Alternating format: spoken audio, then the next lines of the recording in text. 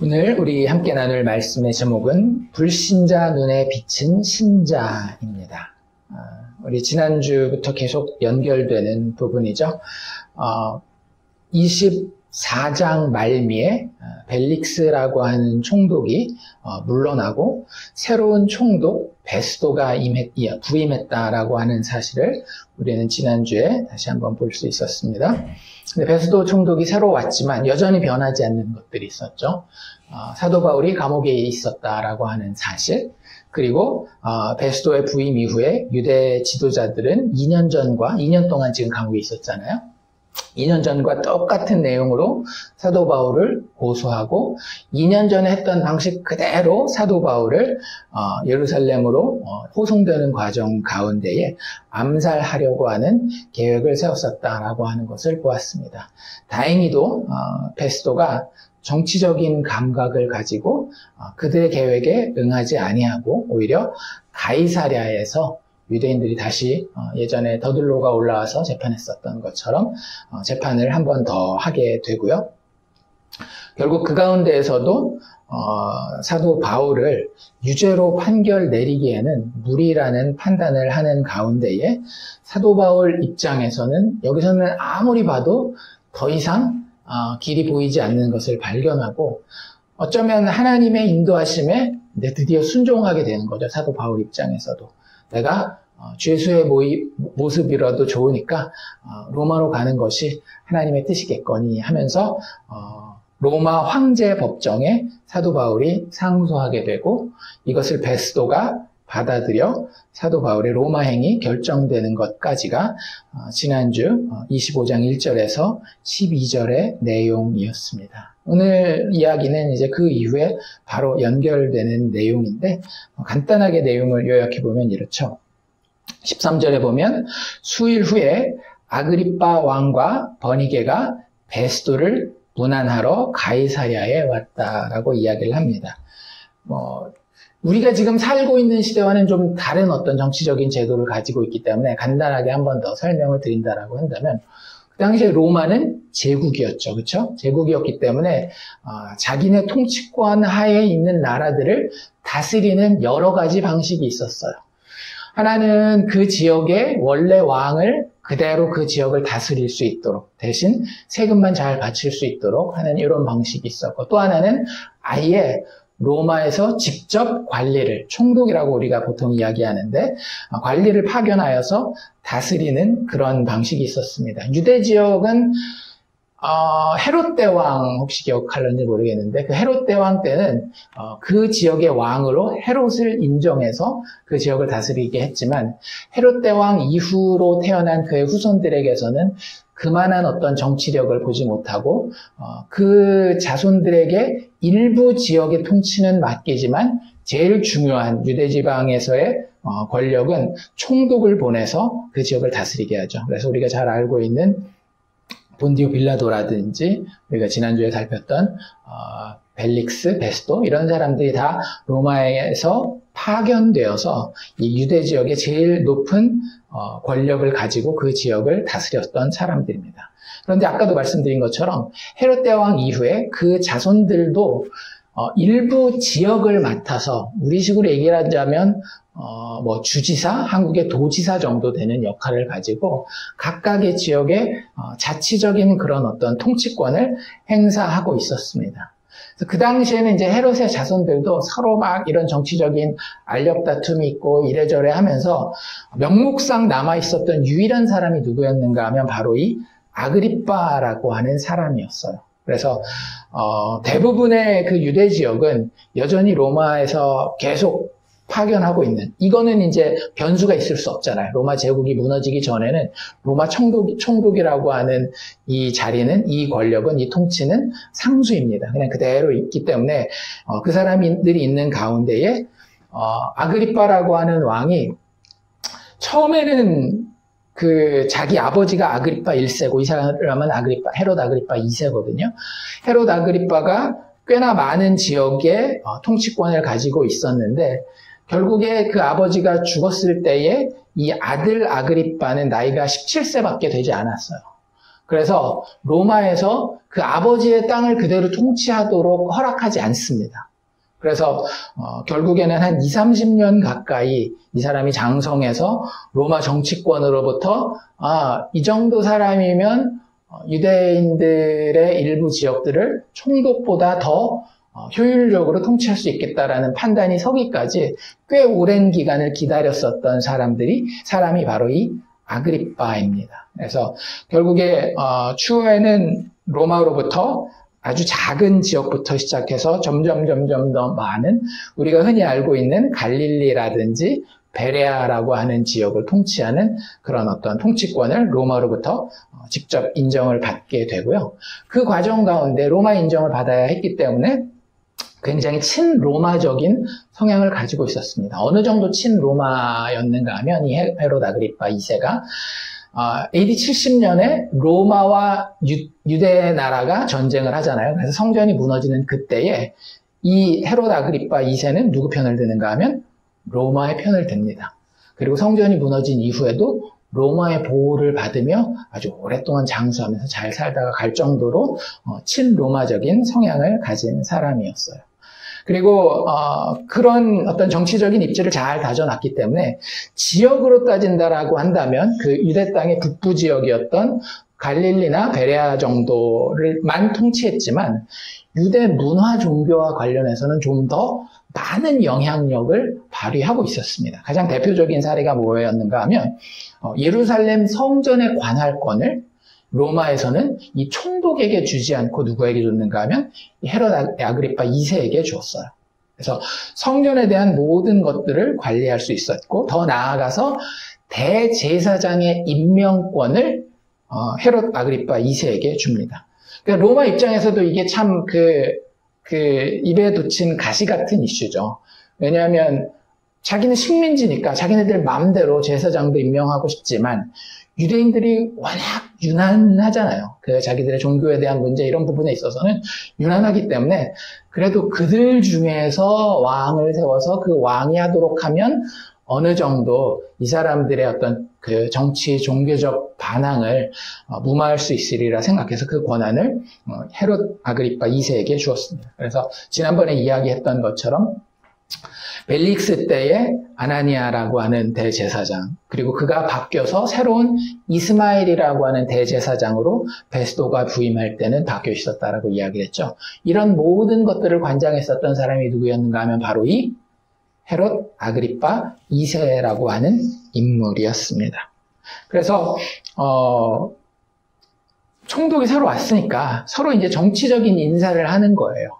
베스도 입장에서도 이 헤롯 아그리빠 2세는 꼭 만나야 되는 사람이고 아그리빠 입장에서도 총독이 오면 의례 인사차 가서 환영하고 문안하는 이런 것들이 예상되던 절차였던 겁니다. 그래서 베스도의 입장에서는 이런 정치적인 만남을 아그리빠와 하게 되고요. 아그리빠가 등장하는 장면마다 성경에는 항상 같이 나오는 인물이 있는데 그 누구인가 하면 13절에 읽은 것처럼 수일 후에 아그리빠 왕과 버니게라고 하는 사람이 같이 늘 등장합니다. 이 버니게와 아그리빠는 남매 관계고요. 일반적으로 역사적인 문헌들에 의하자면 오해일 수도 있겠지만 문헌에 의하자면 대부분의 사람들은 이 둘이 남매로서 근친 관계에 있었다라고 이야기를 합니다.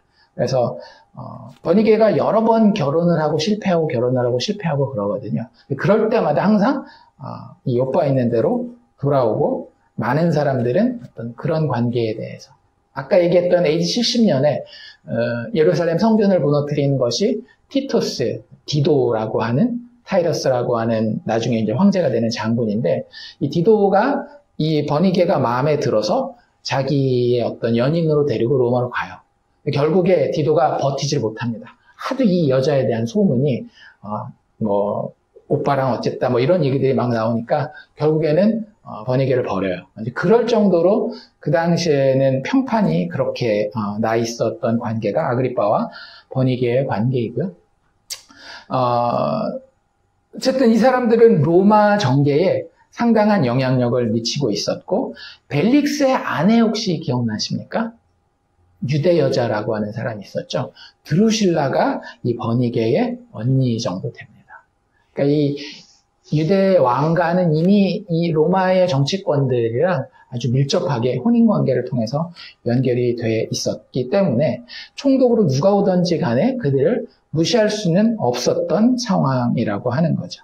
그래서 14절에 보면 여러 날 있었다라고 하는 걸 보니까 베스도 입장에서는 가이사랴를 찾아온 이 아그리빠와 버니게에게 여러 잔치와 좋은 음식들로 대접을 했었던 것 같아요. 그러다 보면 이런저런 이야기를 하지 않겠어요? 그 가운데에 베스도가 어떤 이야기를 꺼내는가 하면 14절에 보면 바울의 일에 대해서 이야기를 했다, 이렇게 이야기를 합니다. 그래서 바울에 대한 이야기, 자기가 알고 있는 사실 그대로 다 이야기하겠죠. 바울에 대해서 아마 베스도는 쏙쏙들이 다 알지는 못할 거예요.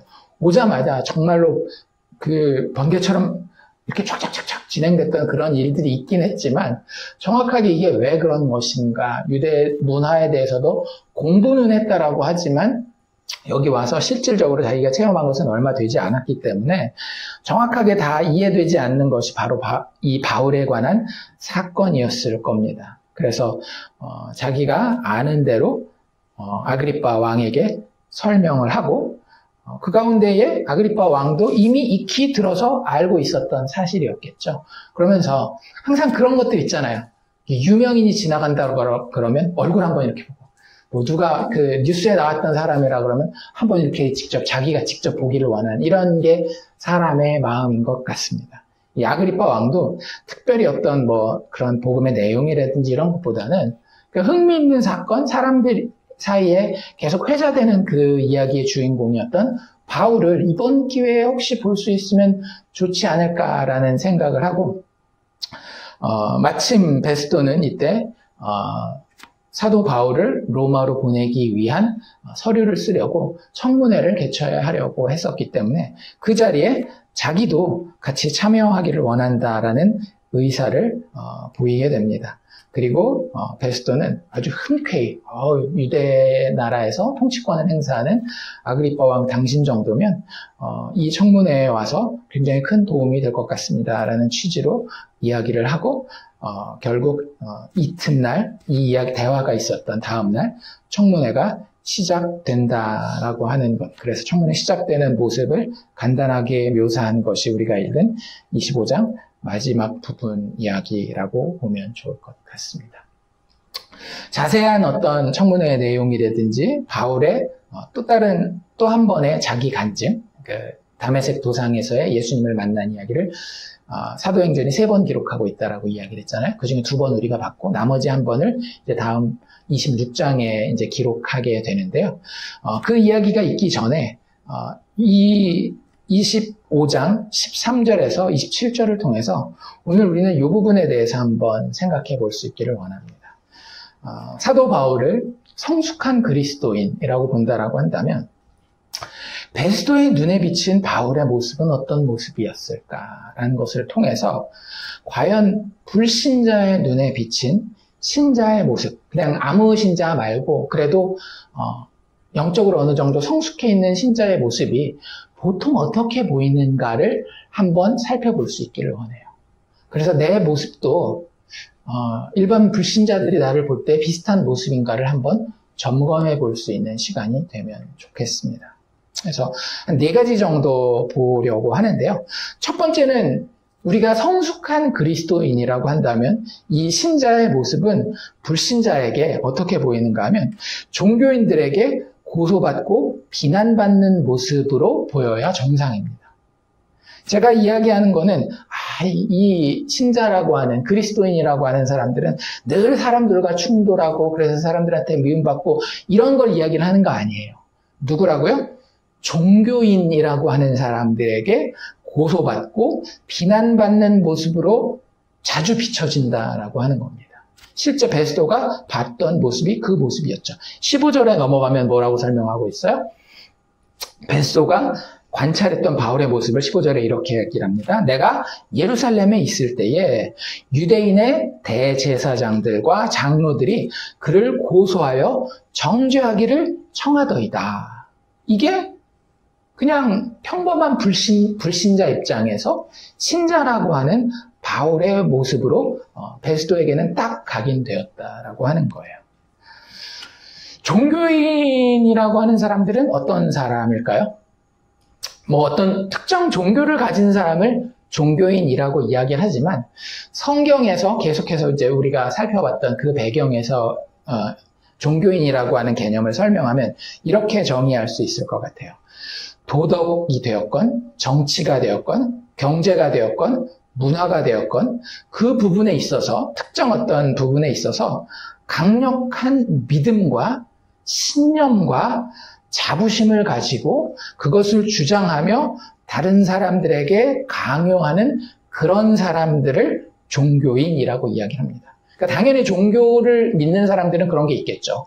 내가 이 부분에 있어서 이 종교적인 신념을 가지고 믿음을 주장하고 다른 사람에게도 강요하는 것이 거의 대부분입니다. 근데 그게 아까도 이야기한 것처럼 어떤 특정 종교를 가졌기 때문이 아니라 내가 가진 어떤 도덕적인 기준과 절차와 형식이 되었건 혹은 정치적인 신념과 이념이 되었건 더 나아가서 어떤 경제적인 어떤 기준이 되었건 어떤 경우에서는 문화적인 성향과 문화적인 어떤 트렌드가 되었건 그것을 굉장히 강력하게 신봉하고 그것을 다른 사람들에게 주장하고 거의 강요하는 상황에 있는 사람들을 사실은 성경에서 이야기하는 종교인의 부류에 집어넣을 수 있다라고 하는 겁니다.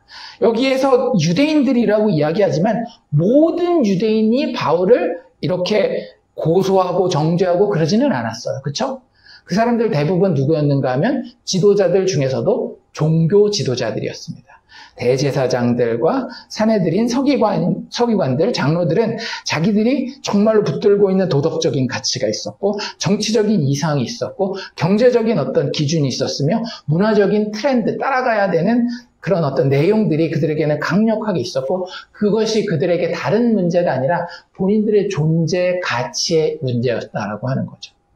그래서 그걸 강력하게 붙들고 있는 사람들에게는 예수 믿는 믿음의 그 사람의 모습, 그 사람들이 이야기하는 어떤 증언의 내용들이 미움의 대상이 될 수밖에 없습니다. 왜냐하면 그들이 이야기하는 믿음의 내용이 맞다라고 한다면 본인들이 이야기하는 믿음의 내용들은 거짓으로 드러날 수밖에 없다라고 하는 거예요. 한국에도 이제 이런 예들이 있었죠. 기독교가 한국에 들어왔을 때 가장 많이 핍박받았었던 이유 중에 하나가 무엇이었는가 하면 제사 드리느냐 마느냐 이거에 대한 문제였단 말이에요. 그래서 지금이야 천주교는 뭐 제사 드리고 개신교는 뭐 제사 드리지 않고 뭐 추도 예배 정도 드리는 것으로 이야기를 하지만 기독교가 한국 땅에, 대한민국 땅에, 조선 땅에 처음 들어왔을 때에는 뭐 천주교건 개신교건 가리지 않고 다 예배, 그 제사를 드리는 것은 우상에게 예배를 드리는 것이다. 우상을 숭배하는 것이다. 그래서 그것을 다 금지했어요. 그런데 그 제사를 드린다라고 하는 것의 핵심은 뭔가요? 자기의 조상들, 특별히 부모님들을 존중하고 공경하고 높이는 거잖아요.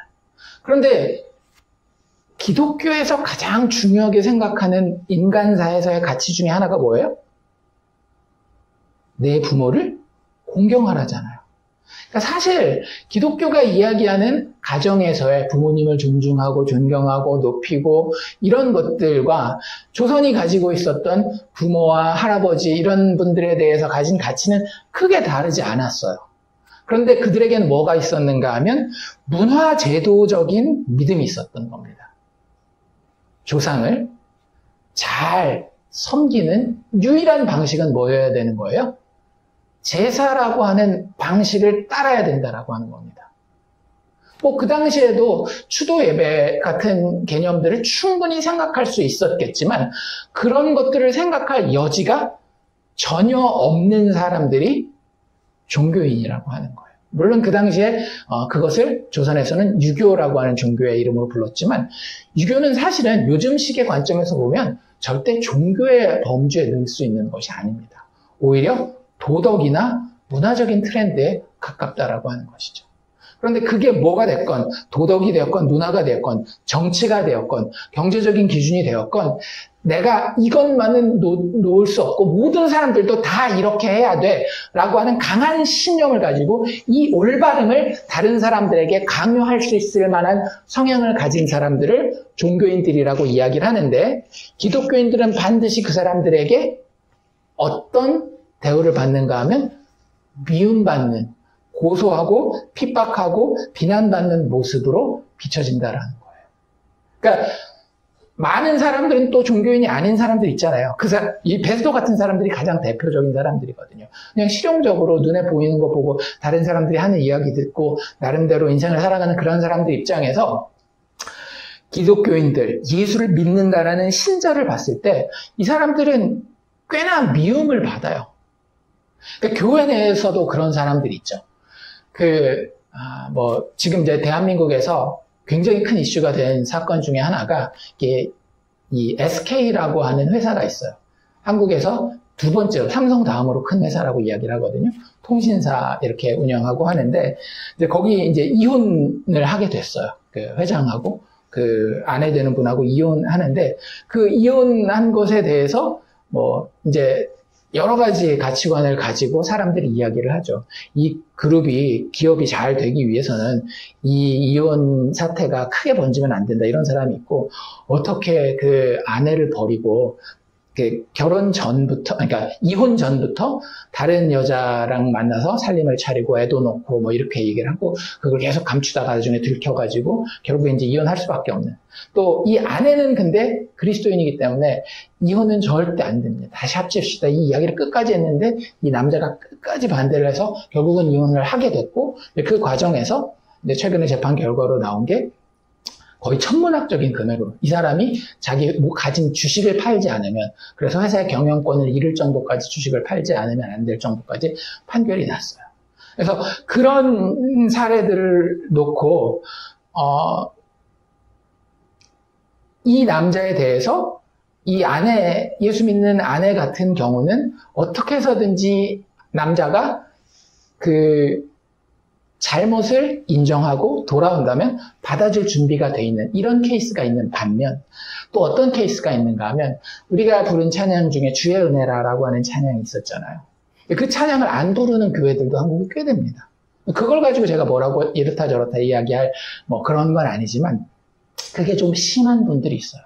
사연은 어떻게 되는가 하면, 그 곡을 지은 분이 최덕신이라고 하는 분이에요. 그래서 대한민국 CCM계의 거의 1세대라고 이야기하는 주찬양이라고 하는 어떤 찬양단을 이끌면서 그 그룹을 리더하던 분인데, 결국 이분도 비슷하게 바람을 펴요. 찬양팀에 어떤 자매와 바람이 나서 이혼을 하고, 결국에는 이제 다 사역도 내려놓고 이렇게 됐죠. 그리고 나서 한 10수년이 지납니다. 그리고 나서 회개하는 가운데에, 그래도 내가 하나님 주신 달란트가 있기 때문에 음악으로 사역하기를 원합니다 하면서 이런 찬양을 내놓은 거예요. 근데 이제 10수년이 지나는 동안 여러 과정을 겪죠. 처음에는 아내와 자녀들에게 얼마나 원망도 많이 받았겠어요. 가정을 다 내팽개치고 다른 여자랑 가서 살겠다라고 하는 거니까. 그런데 이제 그 과정에서 본인이 회개를 해요. 그리고 아내도 용서를 하고 자녀들도 다 용서를 했어요. 그리고 지금 이제 각자 가정을 이루고 있는데, 문제는 이제 이런 사람들이 있다라고 하는 거죠. 나는 정말 기독교에 충성된 사람이야 라고 하는 사람들 중에, 이 사람 이야기를 20년이 지난 이후에도 아직도 갖다가 꺼내가지고, 이 사람이 어떤 사람인지 아십니까? 어떻게 바람을 폈고 어떻게 가정을 파탄냈으며, 그러니 이 사람 노래도 부르면 안 되고, 이 사람을 데려다가 찬양 간증 집회하는 것은 그 하나님을 제대로 믿는 게 아닙니다. 이런 이야기를 이렇게 많이 하는, 아주 강력하게 이야기하는 사람들이 있어요. 그 사람이 이제 유튜브로 자기 영상들을 그렇게 올리면, 심지어는 이혼했던 이 아내와 자녀들이 가서 댓글을 답니다.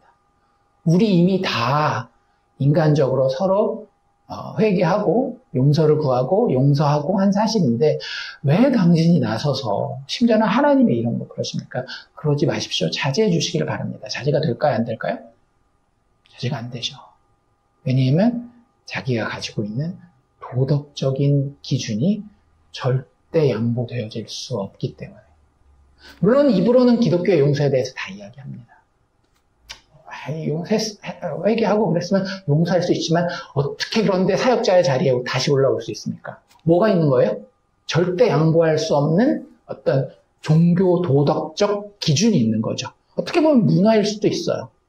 그 기준이 어떤 거예요? 어떤 치명적인 죄를 범한 자는 앞으로 100년이 지났건 20년이 지났건 회개를 했다 할지라도 절대 리더의 자리에는 올라올 수 없다. 이런 어떤 자기 나름대로의 올바름이 있는 거예요. 그러니까 그래야 된다 말아야 된다라는 이야기를 제가 하려는 게 아닌 거 아시겠죠? 근데 어떤 사람에게는 그런 성향들이 있다라고 하는 겁니다. 그 사람들에게 기독교는 항상 어떻게 보여질 수밖에 없는가 하면 의롭지 못한 종교로 보여질 수밖에 없는 거예요. 예수 믿는 믿음은 우리가 가진 그리스도인으로서의 자유 기억나십니까?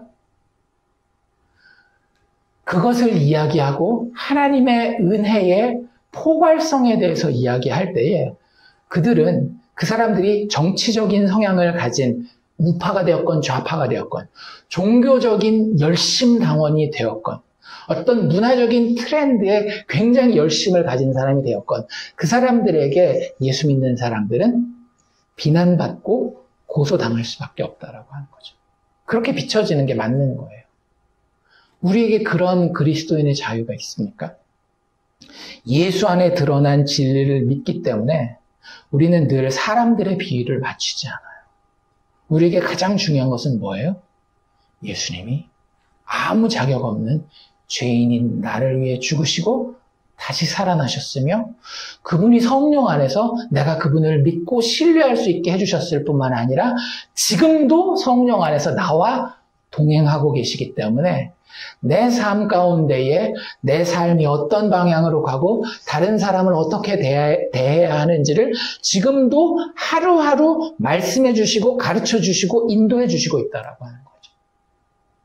그래서 어떤 부분에 있어서는 내가 이렇게 결정하고 판단하고 행동할 수도 있고 다른 부분에 있어서는 그것과는 다른 모습으로 행동하고 판단할 수 있어요.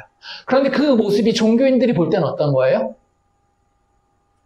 자신들의 올바름을 무너뜨리는 거예요. 사도 바울이 어떤 사람에게는 할례를 받게 하고 디모데에게는 할례를 받게 하잖아요.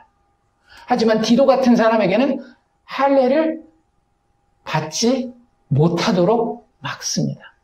이런 것들이 이 유대인들 그 당시의 종교인들에게는 도저히 받아들여질 수 없었던 내용이에요. 그들에게 올바름은 뭐였기 때문에 하나님을 믿는다, 여호와 하나님을 믿는다라고 할 때는 할례라고 하는 예식을 거치지 않고는 절대적으로 그 하나님 앞에 나아갈 수 없다라고 하는 자기들이 정한 올바름이 있었기 때문에 그런 거예요. 여러분들, 우리는 예수 안에서 하나님, 즉 신을 바라보는 관점과 인간들, 나 자신과 다른 사람, 인생을 바라보는 관점 자체가 완전히 달라야 한다라는 것을 기억하시기를 바랍니다. 내가 세상 사람들에게 늘 비위를 맞춰주면서 이래도 좋고 저래도 좋은 사람으로만 알려져 있다라고 한다면 어쩌면 나는 신자로 서 있는 게 아니라 세상 사람들과 똑같은 존재로서 그들 사이에 서 있는 것일런지도 몰라요. 우리는 세상을 살아가면서 종교인이라고 하는, 특별히 인생에서 내가 올바르다라고 하는 생각한 사람들과 충돌이 있을 수 있다라고 하는 사실을 기억하시기를 바랍니다. 싸우려고 해서 그런 게 아니에요. 왜냐하면 내가 가진 예수 그리스도 복음의 진리가 그들이 가진 모든 올바름을 쓰레기로, 더러운 걸레로 여기기 때문에 그래요. 우리가 이 자리에 서 있을 수 있는 것은 다 주의 은혜입니다. 나도 똑같이 그 올바름을 주장했었던 사람이라고요. 그게 나의 정치적인 성향이 되었건, 어떤 문화적인 올바름이 되었건, 아니면 도덕적인 우월함이 되었건, 나도 똑같이 그걸 주장하던 사람이었는데 내가 복음을 만났어요. 그러고 나서 보니까 그 모든 것들이 다 뭐였던 거예요? filthy rag, 더러운 걸레보다도 못한 거였다라는 것을 깨달아서 그것을 말하고 그것에 대해서 다른 사람들에게 증언하니 그걸 자신의 존재의 가치로 삼고 있는 사람들은 이 사람을 기회만 되면 감옥에 넣고 이 사람들을 고소하는 가운데에 저 사람 잘못된 겁니다라고 정죄하기를 그렇게 기대하고 있는 거죠. 그래서 세상 가운데에 종교인들은 그리스도인들이 감옥에 간다든지 어떤 불이익을 당하는 것에 굉장한 희열을 느끼는 사람들이 있다는 것을 우리는 알아야 됩니다. 왜냐하면 기독교인들이 감옥에 간다든지 세상에서 불이익을 당하는 것을 통해서 그들은 뭘 증명받기를 원하는가 하면 내가 거봐, 내가 맞잖아 라고 하는 것을 증명받기 원하기 때문에. 여러분들 그들과 다른 부분이 있으십니까? 예수 그리스도의 값없는 은혜의 복음 때문에 내 안에 성령의 인도하심을 통한 자유가 있느냐는 말이에요. 베스도가 봤을 때는 사도 바울은 꼭 그런 사람이었습니다. 이런 종교인들에게 늘 고소당하고 비난받고. 처음에 얼마나 놀랐겠어요. 자기가 도착하자마자 모든 이 유대인들이 나와가지고 죽일 놈 살리면 죽일 놈 맨날 이러고 있으니 이야 막 엄청난 이 범죄인인가 보다. 이럴 사람으로 느껴지지 않았겠어요? 종교인들에게 그만큼 고소받고 비난받는 모습. 왜요? 그들의 가치, 즉 인간적인 가치와 올바름에 대해서 내려놓은 존재들이 신자들, 그리스도인들이기 때문에 그렇습니다. 두 번째로 베스도의 눈에 비친 바울의 모습은 어떤 모습이었는가 하면 세상 재판의 기준에서는 특별한 악행의 혐의가 없는 모습이었습니다. 여러분들 이게 그리스도인들의 모습이어야 합니다. 우리가 성숙했다라고 한다면. 그리스도인고 그리스도인의 자유 막 이런 얘기 막 교리에 대해서 다 알아요. 빠듯하게 예수의 십자가의 공로로 우리가 아무리 살인죄를 범했다 할지라도 십자가 우편의 강도처럼 우리는 무조건 구원받습니다. 이런 정도에서 멈추는 게 아니라 그 사람을 전혀 기독교 이런 거 모르는 사람이 딱 봤을 때 어떤 모습으로 보여야 되는가 하면 세상 재판의 기준에서도 특별하게 어떤 악행의 혐의가 없어 보이는 모습이 사도 바울의 모습이었다라고 하는 거죠. 18절 한번 볼까요? 원고들이 서서 내게 짐작하는 것 같은 악행의 혐의는 하나도 제시하지 아니하더라. 이게 베스도가 본 바울의 모습이었다라고요. 25절에도 뭐라고 얘기를 해요? 내가 살피건대 죽일 죄를 범한 일이 없더이다. 이게 성숙한 그리스도인이 불신자에게 비춰지는 모습이어야 된다라고 하는 거예요. 예수 믿는데 더 버벅이고 예수 믿는데 세상에서 손가락질 만한 일을 막 하면서 다니면서도 그래도 나는 구원받았으니까 괜찮아. 이런 모습일 수가 없다라고 하는 거죠. 그러니까 되게 자연스럽게 사도행전은 우리에게 보여주는 거예요. 어떤 교리를 통해서 예수 믿는 사람은 이러이러하기 때문에 이러이러해야 됩니다. 이런 것들이 이제 서신서에 가면 우리가 보게 되겠지만 사도행전은 그냥 있는 그림을 딱 그려주는 겁니다. 근데 그 그림에 드러난 예수 믿는 신자의 모습은 어떤 모습이라고요? 세상 재판을 한다라고 한다면 그 기준에서는 특별한 악행의 혐의가 없는 모습이었다라고 하는 거죠. 가치관이나 인생관의 충돌 때문에 누군가로부터 미움받고 고소받고 때로는 언성을 그 목소리를 높여가면서 언쟁을 할 수도 있어요. 하지만 그런 것들을 제외하고는 어떤 그런 인생관 가치관의 문제에 대한 것을 제외하고는 특별히 일반적인 사람들이 봤을 때에 잘못된 행동을 하지 않는 모습이 신자의 모습으로 불신자에게 비춰진다라고 하는 거죠. 그렇기 때문에 객관적인 기준에서 기독교인, 예수 믿는 사람이다 하면 이 사람은 좋은 사람으로 비춰져야 되는 게 맞는 거예요. 도덕적으로 완벽하다라는 이야기 아닙니다. 근데 예수 믿는 사람은 그나마 믿을만해. 이렇게 비춰지는 게 맞다라고 하는 거죠. 참 안타까운 건 뭐예요? 한국교회 내에서? 오래전부터 있었던 이야기지만 예수 믿는 사람은 누구를 제일 조심해야 된대요? 예수 믿는 사람은 제일 조심해야 돼요. 예수 믿는 사람들이 거짓말도 제일 잘하고 사기도 제일 많이 치고 이런다. 그럴 수 없다라고 하는 거예요. 천국은 가지만 세상에서의 삶의 모습은 개판일 수 없는 거죠. 그래서 베스도 같이 정말 아무 이익관계가 없는 사람들이 그 신자를 그리스도인을 딱 바라봤을 때는 야 재판하면은 특별히 혐의가 없는데 이런 모습으로 보이는 그냥 좋은 사람인 거예요. 그리고 뭐 국가의 어떤 정치적인 시스템, 사회적인 그런 분위기에서도 상대적으로 완벽하진 않지만 상대적으로 더 나은 시민이 바로 그리스도인입니다. 왜요? 성경에서 이런 얘기도 하잖아요. 너희를 다스리는 자들에게 네가 복종하고 그들을 위해서 오히려 기도하여라. 그런 이야기들을 하는데 그거 말씀을 하나님의 말씀으로 받고 어떻게 해서든지 순종하려고 하는 사람들이 그런 기준이 없는 사람들과 비교했을 때 더 나은 시민으로 비춰지는 것은 당연한 모습이겠죠. 그러니까 어떤 사회적인 의무를 다해야 된다 그런 거 말고 우리가 그렇게 되는 이유는 뭐예요? 예수를 바라보기 때문에 그런 거예요. 예수를 바라보고 예수의 삶의 모습을 하나하나 묵상하고 그 가운데 아름다움을 느끼며 그분이 우리에게 산상수훈이 되었건 사도들을 통해서건 하셨던 말씀에 대해서 깊게 묵상하고 성령의 감동하신 가운데 내 상황에 맞게 순종하려다 보면 세상적으로 좋은 사람이요 더 나은 시민이 될 수밖에 없는 거예요. 내 삶을 내 마음대로 사는 것이 아니라 예수의 의에 의해서 살기를 원하는 겁니다. 그래서요, 베드로전서 3장에 가면 베드로가 이렇게 이야기를 하죠. 13절부터 17절인데요. 또 너희가 열심으로 선을 행하면 누가 너희를 해하겠느냐. 선을 행하라고 이야기를 하는 거예요. 그러면 일반적으로 세상에서 우리를 해할 자가 별로 없을 뿐만 아니라 그러나 만약에 혹 그렇지 않다 할지라도 의를 위하여 고난을 받으면 복이 있는 자니 여기서 그들은 세상 사람들을 이야기를 하는 겁니다. 세상에서 자기의 찔리는 부분이 있는 그런 사람들. 그들이 두려워하는 것을 두려워하지 말며 근심하지 말고 왜요? 그들 보기에도 선을 행하니까. 너희 마음에 그리스도를 주로 삼아 거룩하게 하라. 이게 세상에 사람들에게 보여질 땐 어떤 모습으로 보여진다라고요? 좋은 사람이네, 더 나은 시민이네, 이런 모습으로 보여지는 거예요. 근데 그들과 같이 다른 사람들한테 칭찬받거나 내가 이거 안 하면 벌 받기 때문이 아니라 그 이유가 뭐라고요? 너희 마음에 그리스도를 주로 삼아 거룩하게 하였기 때문이라는 거죠. 동기가 완전히 다르지만 겉으로는 훨씬 더 나은 퀄리티의 삶을 만들어낸다라는 거예요.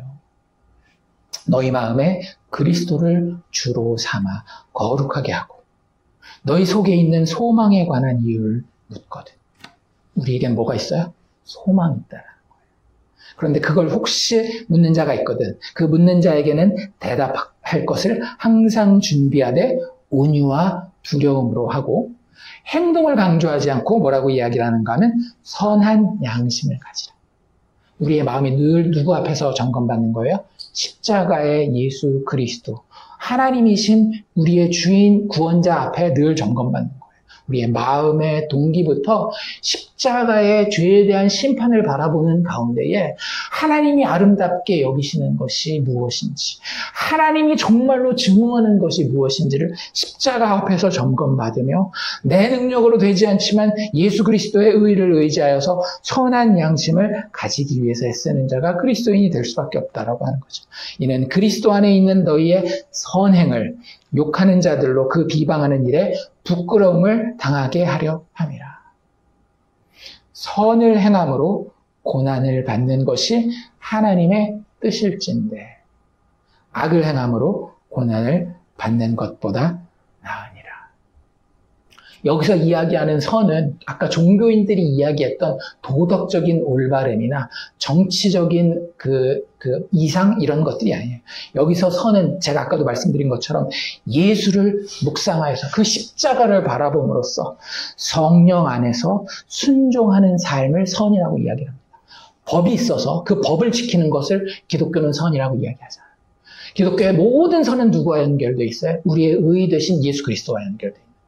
그래서 그 예수를 묵상하는 가운데에 그분의 영이신 성령의 인도함을 순종함으로 따라가는 것을 선이라고 이야기를 하는 겁니다. 그럴 마음의 준비가 되어 있는 것을 선한 양심이라고 부르고 있는 것이고요. 그러니 당연히 세상 사람들이, 믿지 않는 사람들이 신자를 봤을 때 뭐라고 판단할 수밖에 없다? 세상에서 재판받는다라고 한다면 그 기준에서는 특별한 악행의 혐의가 없는 사람이네 라는 모습으로 보여지는 것이 성숙한 신자의 모습이라고 하는 거죠. 세 번째로 이 불신자의 눈에 비친, 베스도의 눈에 비친 바울의 모습은 어떤 모습인가 하면 세상 법이 지켜주기를 호소하는 모습입니다. 이건 조금 그렇죠. 옆에 거는 좀 그래도 내가 자랑할 만한 것이 있는 것 같은데 세상 법이 지켜주기를 호소하는 모습? 조금 뭐라 그래야 될까? 불쌍한 그런 모습처럼 보이잖아요. 21절에 근데 그렇게 봤어요. 실질적으로. 베스도가 사도 바울을 볼 때 21절에 이렇게 평가를 합니다. 바울은 황제의 판결을 받도록 자기를 지켜주기를 호소함으로 내가 그를 가이사에게 보내기까지 지켜두라 명하였노라 라고 아그리빠에게 이야기를 합니다. 세상의 도움을 받기를 막 호소하는 이 모습 맞습니까? 그리스도인에게? 네, 맞습니다. 아니 하나님께 호소해야 되는 거 아니에요? 어떻게 세상 법에 이렇게 호소하고 지켜달라고 할 수 있어요? 그럴 수 있다라고 하는 거예요.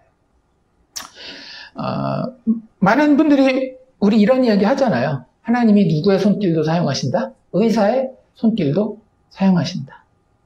예수 믿는 사람은요, 어떤 뭐라 그래야 될까? 신비주의에 빠진 늘 기적과 놀라운 어떤 마술만 기대하는 사람이 그리스도인들이 아니에요. 그리스도인은 어떤 사람들인가 하면 하나님의 전적인 주권을 인정하는 사람입니다. 초자연적인 영역뿐만 아니라 어떤 부분까지도 자연적인 사회, 문화, 정치 이런 것까지도 다 하나님의 주권이 이끌고 가고 계심을 신뢰하는 사람들이에요. 그렇기 때문에 불신자들과 똑같이 일반 은총의 영역을 살아가되 최선을 다해 살아갑니다. 그리고 그 안에서 이루어지는 인과 법칙과 확률에 대해서 그대로 인정해요. 근데 그런 것들이 하나하나 결정되고 만들어지는 그림은 누구의 주권에 의해서 이루어진다라는 거예요?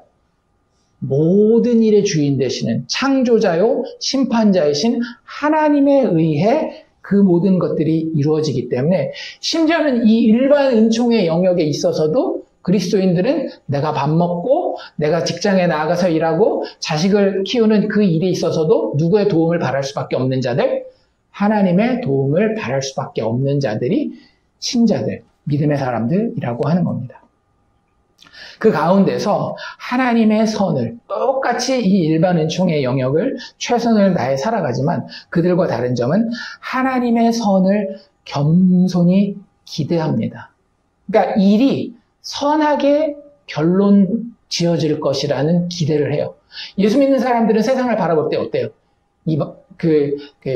더 이상 소망이 없는 나라, 더 망해가는 나라, 이렇게 생각하지만 그리스도인들은 하나님의 주권을 믿기 때문에 오히려 정말로 썩어 빠지고 힘들어 보이는 그런 상황 가운데서도 하나님의 선이 승리할 것이라고 하는 기대를 가져요.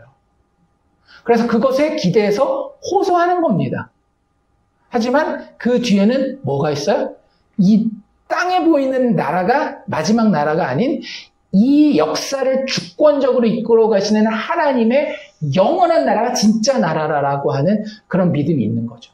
그렇기 때문에 그분의 선을 겸손히 기대하면서 혹 그리 아니하실지라도 다니엘의 친구들이 이야기하였던 것처럼 그리 아니하실지라도 여전히 그 신뢰는 무너지지 않고 가는 사람들이 신자, 즉 예수 믿는 성숙한 그리스도인이라고 하는 거죠.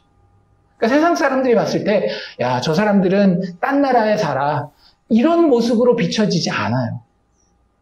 똑같이 자기네랑 법정에 서서는 자신의 무죄를 열심으로 주장하고 법의 보호받기를 호소하고 필요할 때는 의사에게 가서 신체 검사도 받고 치료도 받고 약사에게 가서 약도 타고 필요한 세상에 어떤 것들을 만드는 지식이 필요할 때는 세상 교사에게서 그 사람이 믿는 사람이건 안 믿는 사람이건 그 사람에게 가서 늘 배울 수 있는 그런 자세를 가지고 있는 거예요. 단 그 모든 것을 이끄시는 손은 누구의 손이에요? 선하신 하나님의 손이라고 하는 거죠. 그리고 그 하나님의 손이 선하신 분이 주권을 가지고 운행하시고 있기 때문에 항상 자기 인생과 역사에 대해서 기대를 가지고 있습니다. 그리 아니하실지라도 내 눈에는 세상 사람의 눈에는 그렇게 보이지 아니할지라도 그래서 죽는 날까지 예수 믿는 사람들은 긍정주의자여야 돼요. 왜? 하나님이 약속하신 그 약속은 절대 망가지지 않기 때문에 마지막 심판을 통하여서 하나님의 악한 것들을 모두 다 제거하시고 아들의 의를 통하여 그 나라를 가장 아름답고 선하고 정말로 영광스럽게 성취하고 완성하실 것이기 때문에. 그래서 세상 법이 지켜주기를 위해서 엄청 호소하는 사람으로 예수 믿는 사람들은, 신자들은 보여집니다. 마지막 한 가지만 더 보기를 원하는데요. 베스도의 눈에 비친 바울은 종교인들에게 고소받고 비난받는 모습이었고 세상 재판의 기준에서는 특별한 악행의 혐의가 없는 모습이었으며 또 세상 법이 그런 가운데서 세상 법이 지켜주기를 호소하는 모습이 베스도의 눈에 비친 바울의 모습이었다라고 한다면 하나 더 언급할 수 있는 것은 이런 모습입니다. 예수라고 하는 사람이 있는데 그 예수라고 하는 사람의 죽음과 부활에 관한 문제에 목숨을 거는 사람의 모습이 베스도의 눈에 비친 바울의 모습이었다라고 하는 겁니다. 19절 한번 볼까요? 뭐라고 이야기를 하고 있어요? 오직 자기들의 종교와 또는 이 종교의 핵심의 내용 그들이 막 얘기하는 건 이제 재판 한번 했으니까 알잖아요. 대충은. 또는 이 종교를 다시 그 부연 설명하는 겁니다. 예수라 하는 이가, 그러니까 뭐뭐라 하는 이가 하는 거는 그 예수를 제대로 잘 알고 있는 거예요? 모르고 있는 거예요? 베스도 자신은 예수라는 인물에 대해서는 잘 몰라요. 그냥 하도 예수에 거리니까 재판하는 과정 가운데 예수라는 이름이 나왔더라. 그런 뉘앙스에 사는 얘기죠. 예수라 하는 이가 죽은 것을 살아있다라고 바울이 주장하는 그 일에 관한 문제로 사람들이 그렇게 고발하고 사도 바울은 그 부분에 있어서는 절대 굽히지 않고 자기 자리를, 심지어는 불이익을 당하고 목숨을 거는 한이 있더라도 그 자리는 꼭 지키더라. 다른 거는 따박따박 다 이 변명을 하잖아요. 자기 변호를 하잖아요. 근데 이 부분에 있어서는 예수가 죽었는데 다시 살아났다라고 하는 이 문제에 있어서는 서로 막 목숨을 거는데 사도 바울 같은 경우는 자기가 불이익을 당하고 심지어는 그 고소를 당해서 정죄당해 감옥에 가거나 사형을 당할 수 있는 상황에서도 목숨을 거는 모습이 베스도에게는 되게 인상 깊게 보였다라고 하는 거죠. 여러분들, 우리가 다른 사람들에게 그렇게 보이는지, 다른 사람들이 볼 때에 우리도 똑같이 세상이 중요하게 생각하는 것들에 목숨을 거는 사람처럼 보이지는 않는지. 박영선 목사님의 설교에 따르자면 이런 이야기를 하고 있어요. 우리는 세상이 사소하게 여기는 것들을 굉장히 중요하게 여기는 사람들이다. 그럼 그걸 거꾸로 뒤집으면, 동전의 앞뒷면으로 이야기한다면 그 뒷면엔 뭐가 있겠어요? 따라서 세상이 중요하게 여기는 것은 사소하게 여기는 모습으로 우리가 비춰져야 된다고 하는 거죠. 왜요? 우리에게는 세상에 그 어떤 것과도 비교할 수 없는 가장 중요한 것이 우리 안에 깨달아지고 우리 것이 되었기 때문에. 그게 뭐예요? 하나님이신 예수가 나 같은 죄인을 위해서 이 땅에 오셔서 내 죄를 지고 구약의 제물들처럼 피 흘려 죽으셨다라고 하는 거예요. 그리고 그분이 약속하신 대로 다시 살아나셔서 그의 영을 우리에게 보내주심으로 내 안에 영원한 부활 생명이 있게 하셨다라고 하는 거예요. 세상의 모든 중요한 가치는 굉장히 제한적입니다. 왜요? 어디에서 어디까지로 끝나기 때문에 내 인생이 시작되어서 내 육체의 생명이 끝나는 데까지로 유통기간이 정해져 있기 때문에 세상이 중요하게 생각하는 것들은 다 그 안에서 끝나요. 가치가. 아무리 중요해도 뭐 그런 얘기들 하잖아요. 옛날에 얼마나 이 사람이 잘났으면 그 사람이 죽을 때에 보석도 넣어주고 돈도 넣어주고 심지어는 아내도 같이 집어넣어주잖아요. 산 아내도. 근데 실제로 그 문턱을 넘어설 수 있습니까? 육체의 죽음을 넘어서서 아무리 좋은 보석도 아무리 예쁜 아내도 더 이상 가져갈 수 있느냐라고요. 없단 말이에요. 그래서 세상이 중요하게 생각하는 모든 것은 이 땅에서 그냥 끝나는 거예요. 그런데 우리의 영혼은 알고 있어요. 이 땅에서의 우리의 생명이 우리의 존재의 끝이 아니라고 하는 것을. 예수 믿는 자들에게는 성령이 임하셔서 그것을 깨닫게 하십니다. 그리고 그 생명을, 영원한 생명을 향해 갈 수 있는 유일한 길은 오직 예수밖에 없다라는 것을 믿게 해주시는 거예요. 그러니 세상에서 세상 사람들이 그렇게 궁극적으로 중요하게 생각하는 돈, 명예, 권력, 인간관계, 인기 이런 것들 궁극적으로 중요하게 생각할 수 없다라고 하는 거죠. 그런데 만약 우리가 그렇게 비춰지고 있다라고 한다면 우리 스스로 반성해 봐야 되지 않을까요? 나는 그렇게 생각하지 않는지 자꾸 사람들이 그렇게 봐요. 아니 땐 불뚝에서 연기 날까요? 내가 그 사람들한테 보여준 모습이 어떤 모습이었길래 그 사람도 나한테 같이 사기치자고 이야기할까? 그 사람도 똑같이 나에게 이런 거 돈이나 명예 이런 것들을 약간의 거짓말 정도는 섞어서 불법은 아니지만 같이 하자라고 나한테 이야기를 쉽게 할 수 있을까? 그런 반성을 우리가 해봐야 되는 거 아닐까요?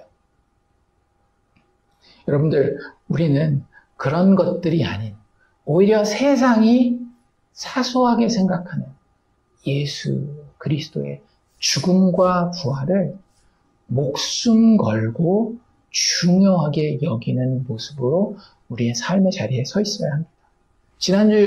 우리 지난번에도 살펴봤지만 고린도전서 15장에 사도 바울이 이렇게 얘기를 해요. 12절부터 19절인데요. 그리스도께서 죽은 자 가운데서 다시 살아나셨다 전파되었거늘 너희 중에 어떤 사람들이 어찌하여 죽은 자 가운데서 부활이 없다 하느냐. 교회 다니면서 우리가 많은 경우에는 죽은 자 가운데서 부활이 없다라고 이야기하진 않아요. 그런데 죽은 자 가운데 부활이 없는 것처럼 세상의 것들을 중요하게 여기면서 살지는 않느냐라고 하는 거죠. 세상 사람들이 봤을 때에. 만일 죽은 자의 부활이 없으면 그리스도도 다시 살아나지 못하셨으리라. 그러니까 사도 바울이 그렇게 목숨을 걸고 예수가 죽으셨고 다시 살아나셨습니다 라고 하는 것은 누구에게 아주 중요한 이슈인가 하면 우리에게, 자기 자신에게 너무나도 중요한 이슈였기 때문에 그래요. 나라고 하는 존재는 내 육체의 죽음으로 끝나지 않습니다. 반드시 산 자와 죽은 자, 즉 하나님 앞에 심판받을 자와 복받을 자가 다 같이 부활의 몸을 입고 일어날 텐데 그때 필요한 것은 예수 부활의 의입니다.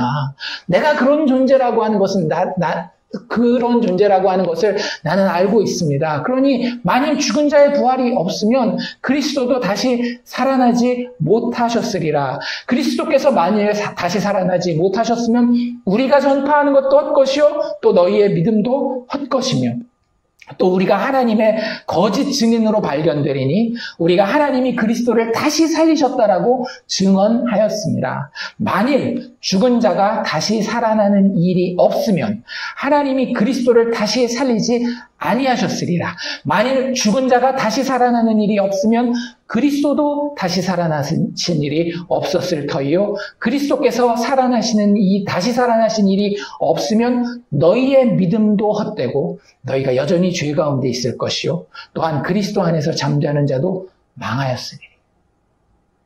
예수 안에서 우리가 가진 궁극적인 소망은 그분의 죽음과 부활이라고 하는 거예요. 왜? 그것이 나의 것이 되었기 때문에.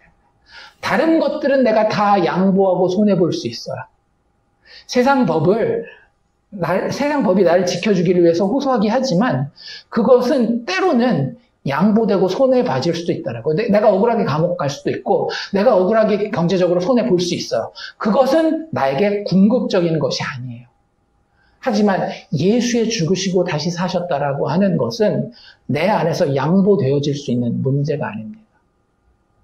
그분의 의만이 인간의 어떤 의와도 바꿀 수 없는 유일한 의라고 하는 그 사실, 그것을 내 안에 선포하고 다른 이들에게 선포하는 것은 양보되어질 수 없는 이야기라고 하는 거죠. 그래서 사도 바울은 고린도전서 15장에서 이렇게 마무리를 합니다.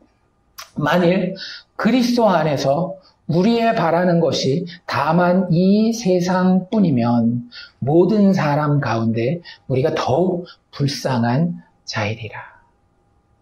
세상이 사소하게 생각하는 것, 즉 예수 그리스도의 죽음과 부활을 중요하게 여길 때에 우리가 그것이 우리 믿음의 내용의 가장 핵심이라고 이야기할 때에 우리의 삶의 모습은 절대 세상이 중요하게 생각하는 것을 똑같은 강도로 중요하게 생각할 수 없다라고 하는 것입니다.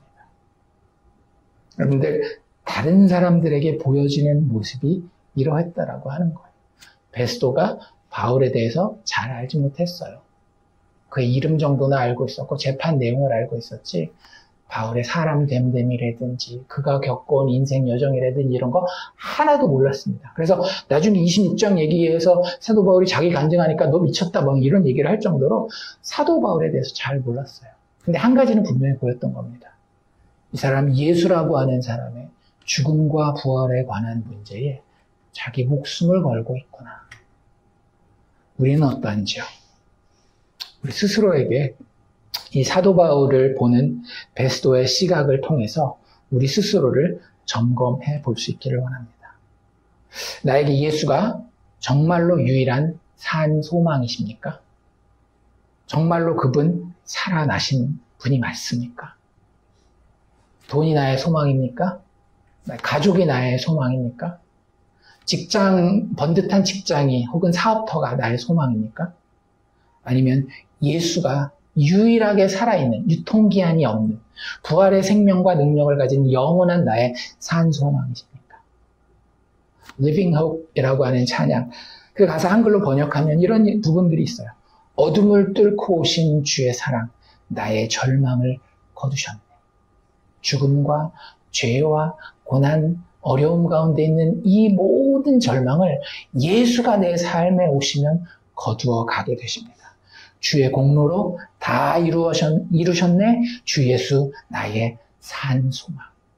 이제 사망은, 무덤이 더는 우리를 주장할 수 없네. 유다의 사자, 그의 위험찬 포효, 사망이 무너졌도다. 주 예수 승리하셨네. 여러분들, 이런 뜨거운 예수 복음을 향한 확신과 감격이 우리 안에 있느냐 말입니다. 나를 잘 모르는 사람도 저 사람에게는 예수 죽음과 부활이 가장 중요한 문제구나 라고 이야기할 정도로 우리에게 넘쳐나는 증언의 모습들이, 삶의 모습들이 있느냐라고 하는 거죠. 나에게 예수가 정말로 유일한 참 소망입니까? 또 이런 질문으로도 점검해 봅시다. 그 결과 세상의 가치에 궁극적인 관심이 없는 것이 맞는지. 세상의 돈, 세상의 인간관계, 세상의 가족, 세상의 직장, 사업, 그 세상의 가치에 나의 궁극적인 관심이 없는 게 맞습니까? 아니면 주장은 그렇게 하지만 실제 나의 삶의 모습은 거기에 많이 가 있지 않습니까? 마지막으로 한 가지 이런 질문도 우리에게 던져봅시다. 예수 그리스도의 죽음과 부활. 죽음과 부활로 나의 구원주가 되신 예수를 바라는 재림 신앙이 내 안에서 뜨겁습니까? 주님, 오늘 밤이라도 오십시오. 주님, 내일이라도 꼭 오십시오. 오신다라고 약속하셨으니 나의 가장 아름답고 중요한 가치가 되신 당신 어서 오십시오. 그 날과 시는 제가 알지 못합니다. 겸손하게 제가 알지 못한다라고 이야기하지만 나의 마음은 당신이 속히 하루라도 빨리 오셨으면 좋겠습니다. 라고 하는 재림신앙의 뜨거움이 우리에게 있느냐라고. 현대 기독교의 가장 큰 약점이 여기 있습니다. 오늘날을 살기는 너무나 편안해졌어요. 기대되는 것들도 너무나 많아요. 내 눈으로 야 이게 진짜 되는 거야 라는 것을 보고 싶은 기대, 경제적인 어떤 풍요로움, 이제는 어느 정도 시대까지 왔는가 하면 기본소득을 이야기하는 시대까지 왔습니다. 그리고 그걸 별로 멀지 않았어요. 지금 우리가 하는 모든 하기 싫은 노동들을 누구에게 다 맡기는 거예요? 인공지능과 로봇에게 맡길 거예요. 그럼 우리가 더 이상 돈을 벌 방법이 없기 때문에 그렇게 돈을 번 사람들이 우리에게 돈을 그냥 줘서 내가 아무것도 안 해도 돈 받고 이제부터는 뭐만 하면 되는 거예요? 내가 하고 싶은 일만 하면 되는 그런 시대를 살아요. 그리고 점점 우리의 기대 수명은 길어져 가고 그냥 골골골골 앓면서 100살, 120살까지 사는 게 아니라 우리의 많은 부분들을 새로 재생시키면서 건강하게 100세, 200세까지 사는 시대를 바라보고 이야기하고 있단 말이에요. 그러니 예수님이 다시 오시는, 나를 위해 죽으시고 다시 사신, 나를 사랑하셔서 이 땅에 오시고 나와 함께 영원토록 사랑의 관계 가운데 있기 원하시는 그분을 정말 내가 기다리느냐 말이죠. 그 재림 신앙이 현대 교회에서는 너무나 옅어져서 희석되어 있는 것이 사실입니다. 사도 바울은요, 언제라도 주님 다시 오시기를 기대했어요. 사도 바울, 자기 주님 오실지 언제일지 몰랐습니다. 항상 근데 조언하는 거 보면 어때요? 너희들 주님이 언제 오실지 모르는데 지금 결혼한 애 만에 그게 중요하겠어? 주님 내일이라도 다시 올지 몰라. 이거 그냥 시한부 종말론으로 이야기한 게 아니에요. 사도 바울이 정말로 예수 오심에 대해서 나를 위해 죽고 다시 사신 그분이 오신다라고 약속하셨는데 그게 오늘 밤일까? 내일일까? 어제보다는 오늘이 더 가까워졌는데 오늘보다는 내일이 더 가까울 텐데 하면서 그분을 기다리는 이 재림에 대한 뜨거운 열망이 있었다. 그러니 사람들이 사도 바울 볼 때 예수밖에 모르는 사람, 예수의 죽음과 부활에 목숨을 건 사람이라고 이야기할 수밖에 없었다라고 하는 거죠. 죄인의 구원자요, 부활의 구주이신 예수 그리스도를 우리도 똑같은 모습으로 소망하실 수 있기를 원합니다. 그리고 성령 안에서 그분을 체험하면서 사는, 세상은 이해할 수 없는 하늘의 사람들로 매일매일을 살아가는 우리가 되기를 주의 이름으로 축원합니다.